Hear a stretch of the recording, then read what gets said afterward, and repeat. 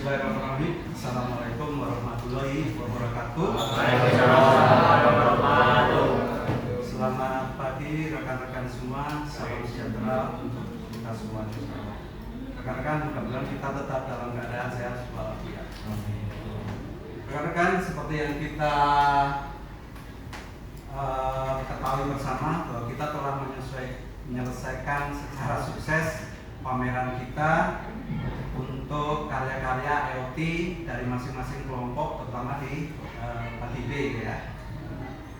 Rekan-rekan, saya ada tambahan materi perkuliahan gitu ya, berkenaan dengan industrial IoT. Ini adalah perkembangan dari aplikasi Internet of Things yang nanti diterapkan di industri-industri gitu ya. Industri tidak harus melulu pabrik, tetapi bisa industri yang ada di tengah masyarakat. Nah, rekan-rekan, mohon maaf, saya ambilkan salah satu contoh dari karya rekan kita sama-sama di PADIB. Nah, ini adalah berupa, kalau nggak salah, namanya semacam smart parking system gitu ya. Karena di sini memuat berapa jumlah kendaraan yang masuk, berapa jumlah kendaraan yang ada di dalam, sehingga nanti bisa dipantau berapa kapasitas yang ada di dalam gitu ya. Karena apa? Karena juga terpantau jumlah kendaraan yang keluar gitu ya. Berbasis IoT. Kebetulan kemarin dikembangkan berbasis web gitu ya. Nah, jadi kalau kita lihat, kita sudah masuk ke industri 4.0, bahkan sudah bersiap-siap untuk industri 5.0. Jadi revolusi industri 4.0 dan kita siap di 5.0. Sedangkan Internet of Things adalah suatu teknologi yang memungkinkan pengoptimalan pemanfaatan internet yang terhubung secara terus-menerus.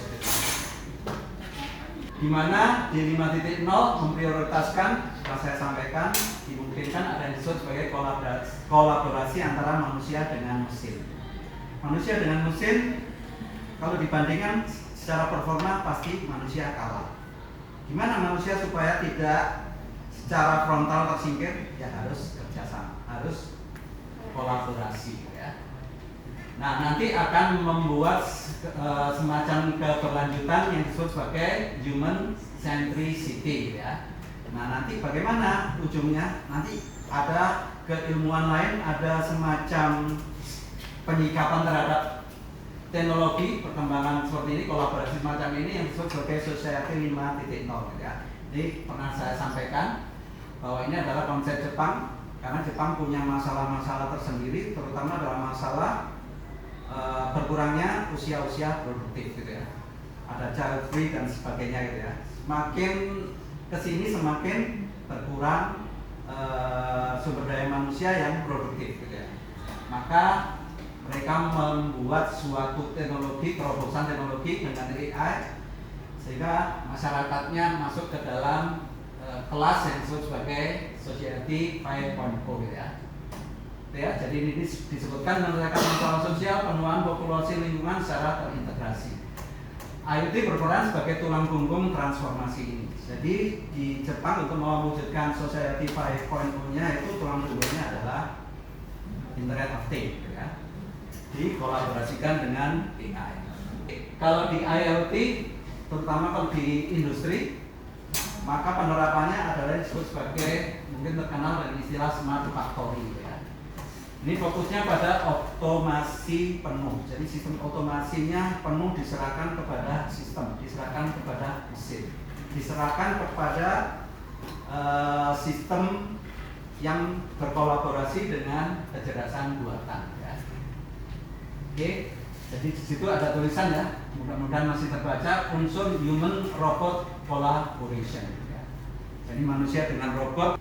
Nah, contoh implementasi globalnya adalah predictive maintenance. Ini mungkin nanti ke depannya kalau kita sudah masuk mata kuliah capstone, Anda mengembangkan IoT, Anda bisa ambil ini juga gitu ya. Namanya predictive maintenance. Jadi sensor IoT, sensor yang kita sudah akrab, beberapa sudah menggunakan sensor IoT, contohnya yang depan, walaupun harganya di bawah 10.000, tapi ini sensor IoT.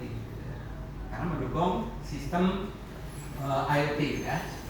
Jadi yang kita punya selama ini sebetulnya semua adalah sensor-sensor IoT.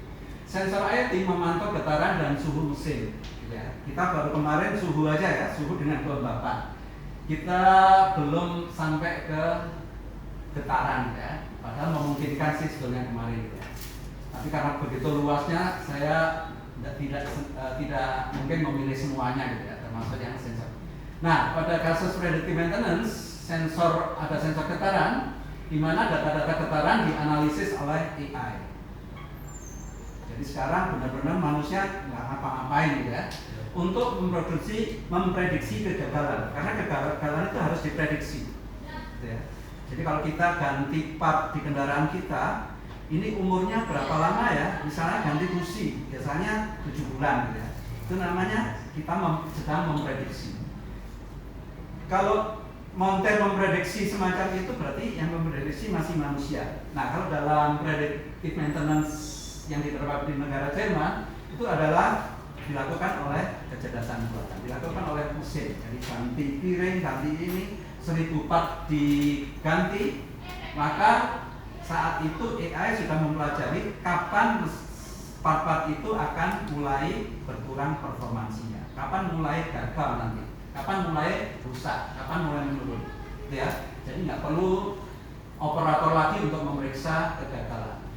Sehingga nanti dengan AI prediksi kegagalan bisa diketahui, maka akan diperoleh yang disebut sebagai mengurangi downtime. Apa itu downtime? Adalah periode waktu ketika suatu sistem, layanan atau perangkat tidak tersedia atau tidak berfungsi sebagaimana mestinya. Artinya mesin itu nggak bisa beroperasi hanya karena satu stroke-nya patah misalnya. Nah, itu harus diperbaiki, harus lepas dulu, harus berhenti mesinnya. Nah, berapa lama melepasnya itu yang disebut sebagai downtime. Kalau di luar oke, gimana kalau di dalam mesin? Nah, itu perlu waktu mungkin berhari-hari atau mungkin berminggu-minggu gitu ya. Nah, downtime itu yang harus dicegah. Siapa yang bisa mencegahkan? Ya sistem ini, yang disebut sebagai predictive maintenance. Bagaimana predictive maintenance dilakukan? Ya dengan IoT dan AI. Itu ya. Manusia semakin sedikit suruh minggir gitu ya. Suruh minggir dikit gitu ya. Oke. AI in predictive maintenance, semacam ada poster yang pernah kita buat gitu ya. Dikatakan di situ sebenarnya adalah reducing downtime. Kenapa waktu perbaikan itu harus direduksi? Karena biaya efisien. Karena waktu itu adalah lebih berharga daripada uang.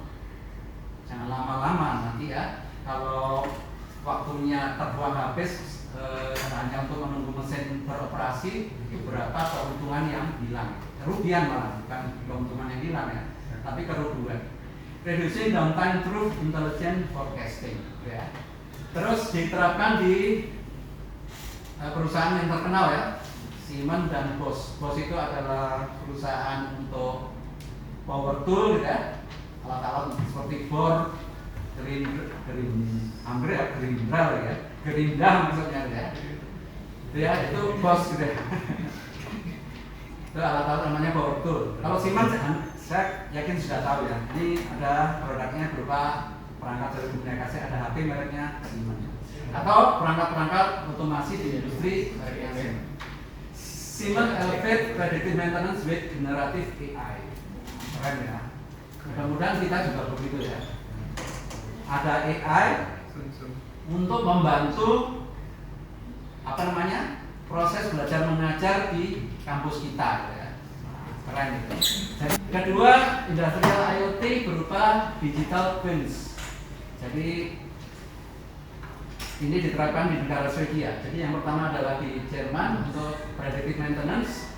Di Swedia ada yang disebut sebagai industrial IoT yang di sana disebut sebagai digital twins gitu ya. Nah, ini di sana itu ada perusahaan besar yang namanya Volvo. Tahu ya Volvo ya? Volvo adalah negara adalah Mobil doang. Mobil listrik mungkin ya. Tapi yang nomor 1 dari Volvo ada yang tahu nggak? Satu lagi kuat.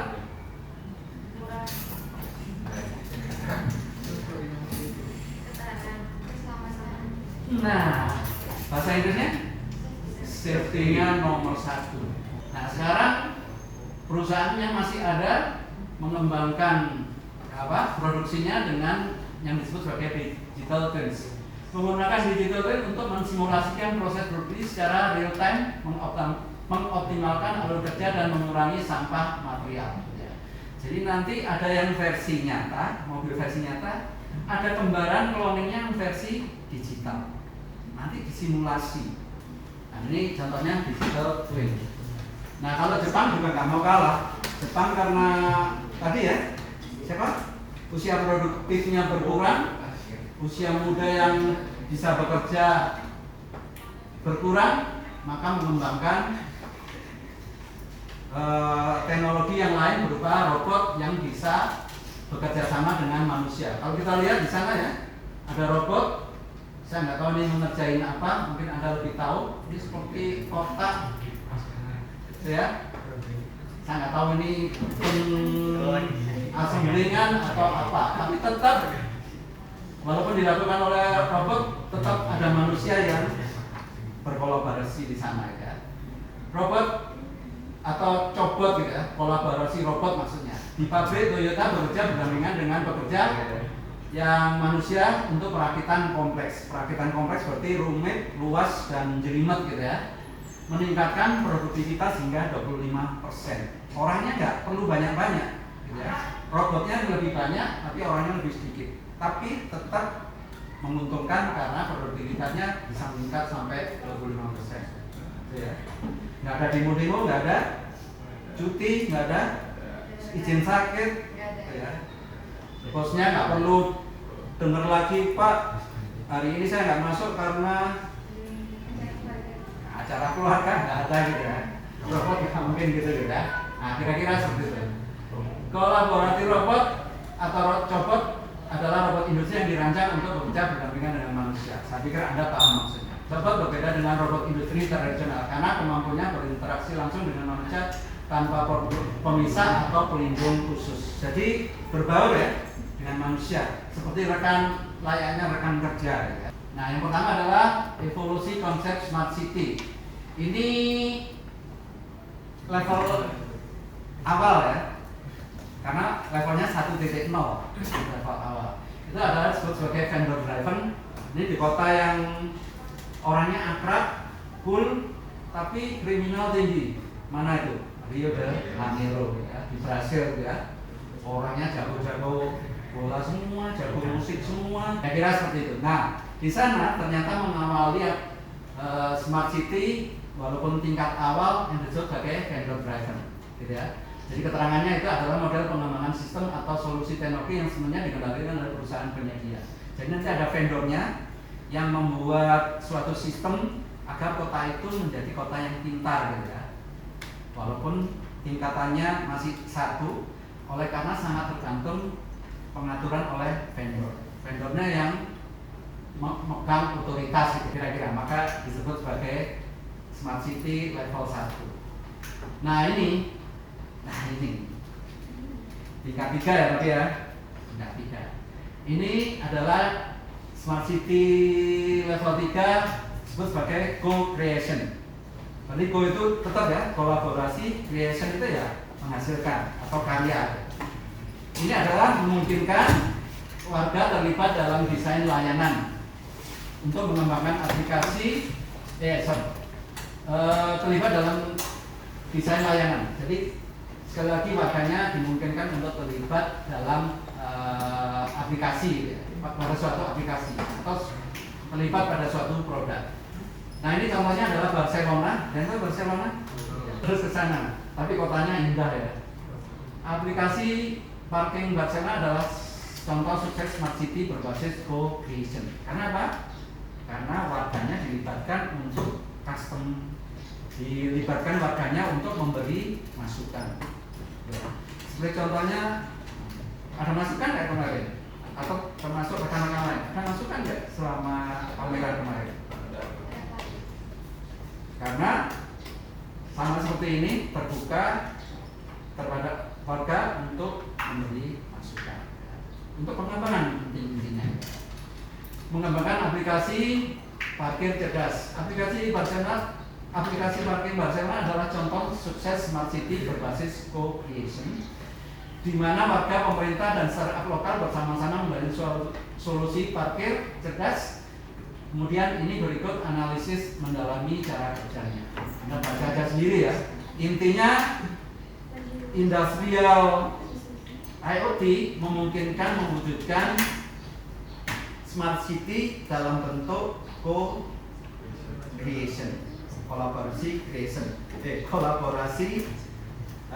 creation gitu ya. Jadi karya hasil kolaborasi. Karya kolaborasi siapa? Ya pemerintah, ya startup, ya masyarakat. Nah, keren ya.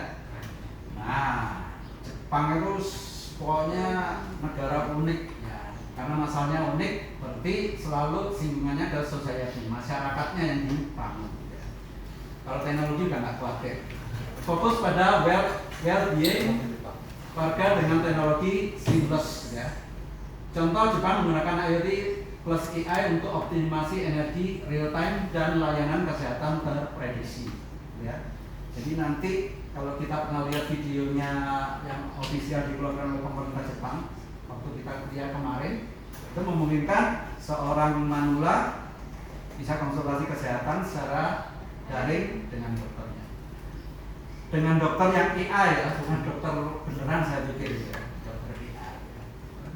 Kemudian untuk perkotaannya smart city sudah 5.0, benar-benar AI ya. Adalah sebuah konsep kota pintar yang mengintegrasikan teknologi digital seperti IoT dengan AI dan robotika. Nah, ini contohnya sudah ini ya. Kemarin sudah saya sampaikan di desa, seorang remaja yang mungkin belum banyak belajar tentang teknologi tapi sudah biasa bersinggungan dengan teknologi.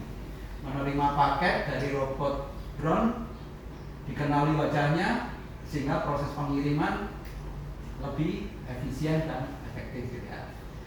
Untuk menciptakan lingkungan perkotaan yang lebih efisien, efektif, berkelanjutan dan berpusat pada manusia. Ini adalah perwujudan dari society. Nah, ini sudah miliknya Jepang ya.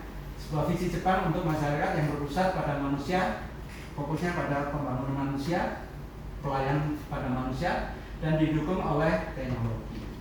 Jadi manusia Jepang yang seperti pernah kita ketahui seperti itu, dengan teknologi didukung, maka mereka tetap bisa melangsungkan kehidupannya. Singapura ini adalah yang paling kinclong ya di Asia, termasuk kinclong di Asia, benua Asia ya, termasuk ya, negaranya kecil cuma sekubit, tapi punya masalah khusus juga. Negaranya cuma kecil, tapi kendaraan ada, penduduknya satu orang beli 5 kendaraan pun mampu gitu ya. Tapi ya buat apa negara kecil, mau pamer ke siapa, mau dipakai semua untuk apa ya. Sehingga Singapura punya masalah sendiri tentang lalu lintas. Singapura gunakan ERP atau Electronic Road Pricing. Pricing itu pembayaran ya, harga gitu, semacam gitu ya. Jadi membayar jalan gitu. Jadi kita pakai jalan itu ada harganya gitu, di luar pajak. Berbasis sensor untuk kurangi kemacetan dalam emisi CO2. Nah, karena kendaraannya juga ada, negaranya kecil, mereka gimana ya supaya nyaman ya, bebas dari emisi karbon dioksida ya, CO2 ya. Nah, maka menggunakan smart city dari industrial IoT yang disebut sebagai ERP. Apa itu ERP? Nah itu ya, Electronic Road Pricing, sistem jalan berbayar elektronik yang diterapkan untuk mengatur lalu lintas. Produk IoT, industrial IoT yang lain adalah berupa smart grid. Nah ini sebetulnya yang favorit saya ya, karena saya orang elektro jadi ya ini di Miami, Amerika Serikat terapkan jaringan listrik pintar dengan sensor IoT. Jadi ini menggabungkan listrik nggak hanya dari PLN, gitu ya. Padahal PLN sendiri ngambil dari Jatiluhur, perusahaan berbeda. Ada PLTA, nanti ada PLTU, ada apa lagi ya? PLTS, tenaga surya itu dibeli oleh PLN, nanti dijual lagi ke kita, ke konsumen. Nah, dengan sumber pembangkitan listrik semacam itu yang beragam, bagaimana bisa mengaturnya lebih efisien dan efektif? Jawabannya adalah IoT. Produknya bernama Smart Grid. Kurangi biaya energi 30% melalui demand response management. Jadi ini nanti dengan IoT dimungkinkan dan termasuk AI dimungkinkan distribusi listrik itu bisa ditata, bisa di manage, bukan oleh manusia tetapi oleh sistem.